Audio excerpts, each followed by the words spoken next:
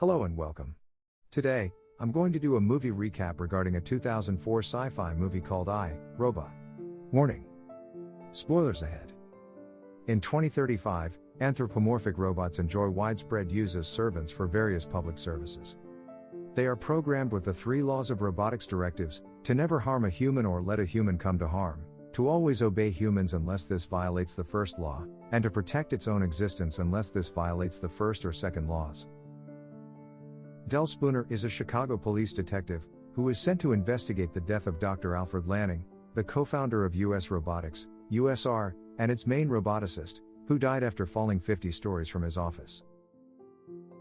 Since his office was sealed from the inside and he was alone, his death is ruled as a suicide, but Spooner believes otherwise, since he knew Lanning personally.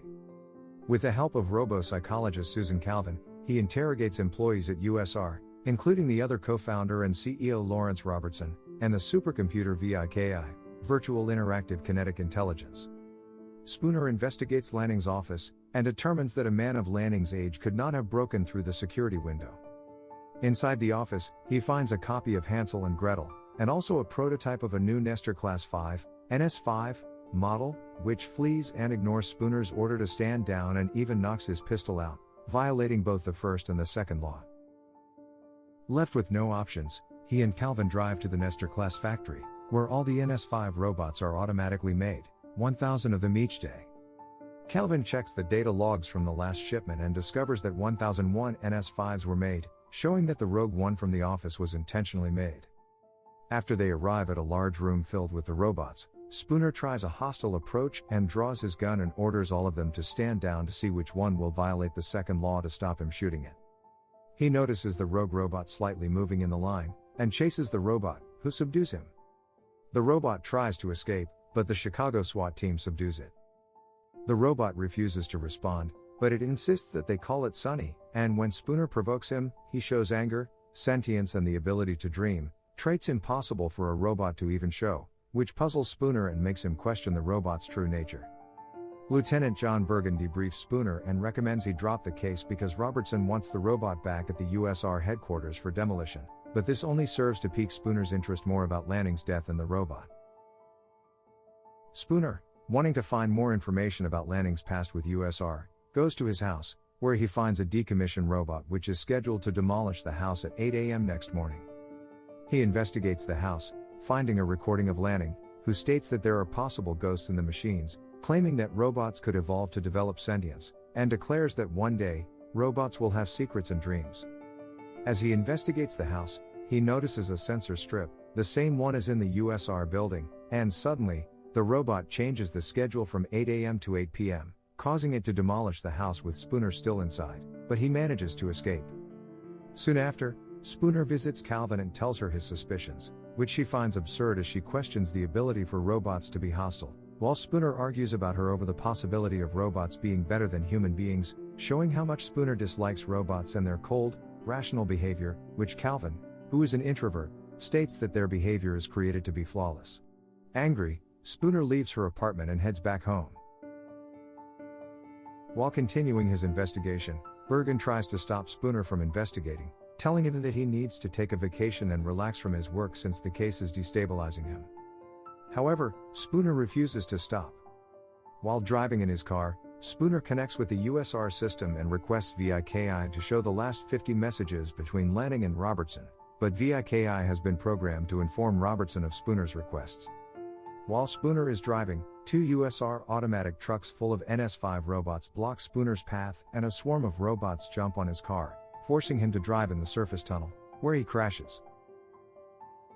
He manages to defeat all the robots, except the last one, which jumps into the fire and destroys itself when it hears police sirens in the distance. Despite Spooner trying to explain himself to Bergen, Bergen dismisses him from active duty. The next day, Calvin visits Spooner about the accident and is puzzled by the retro 2000s style of his apartment, and tells him that, while she was examining Sonny, she discovered that he has the ability to disobey the 3 laws. While talking to Spooner, who is dressing, she notices marks on his left arm and his lung, realizing that it is not biological but artificial. Spooner confesses to her that he knew Lanning personally because he repaired his arm and lungs.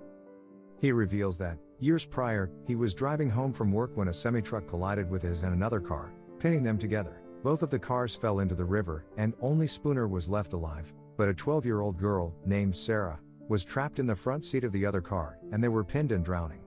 However, an NS4 was passing by, saw the accident and jumped into the river. Despite Spooner's orders to save Sarah instead of him, he saved Spooner, since he had a higher possibility to survive than Sarah, and the robot instead left Sarah to drown.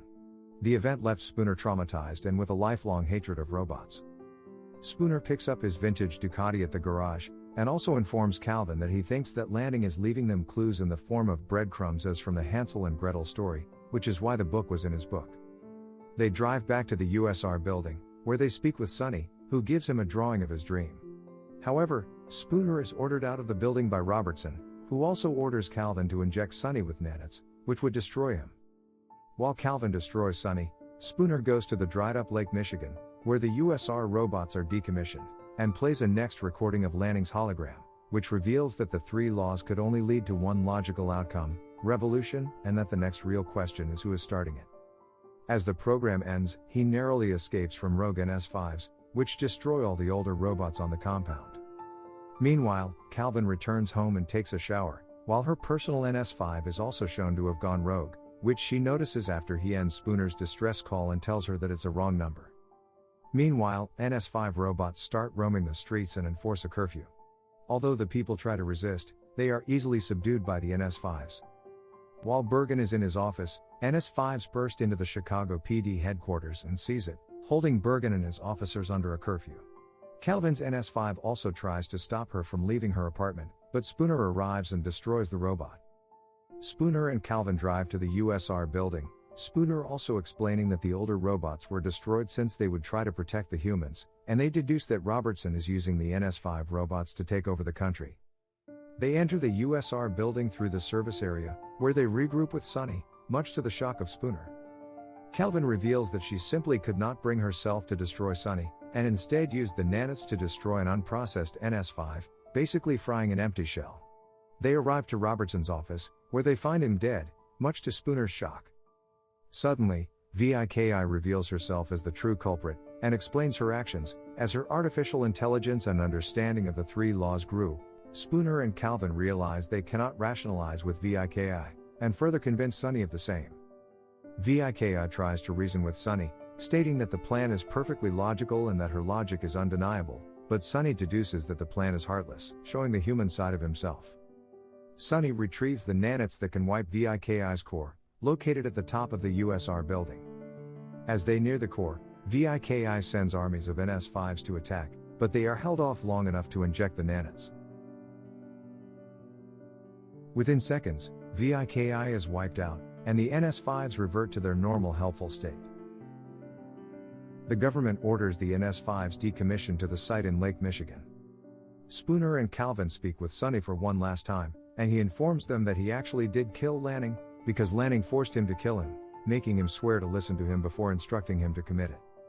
Calvin deduces that, since Lanning was enslaved by VIKI, suicide was the only message he could send to Spooner, who notes that his death was the first breadcrumb. As they shake hands, showing their mutual trust, they watch as the US military leads the other NS5 robots.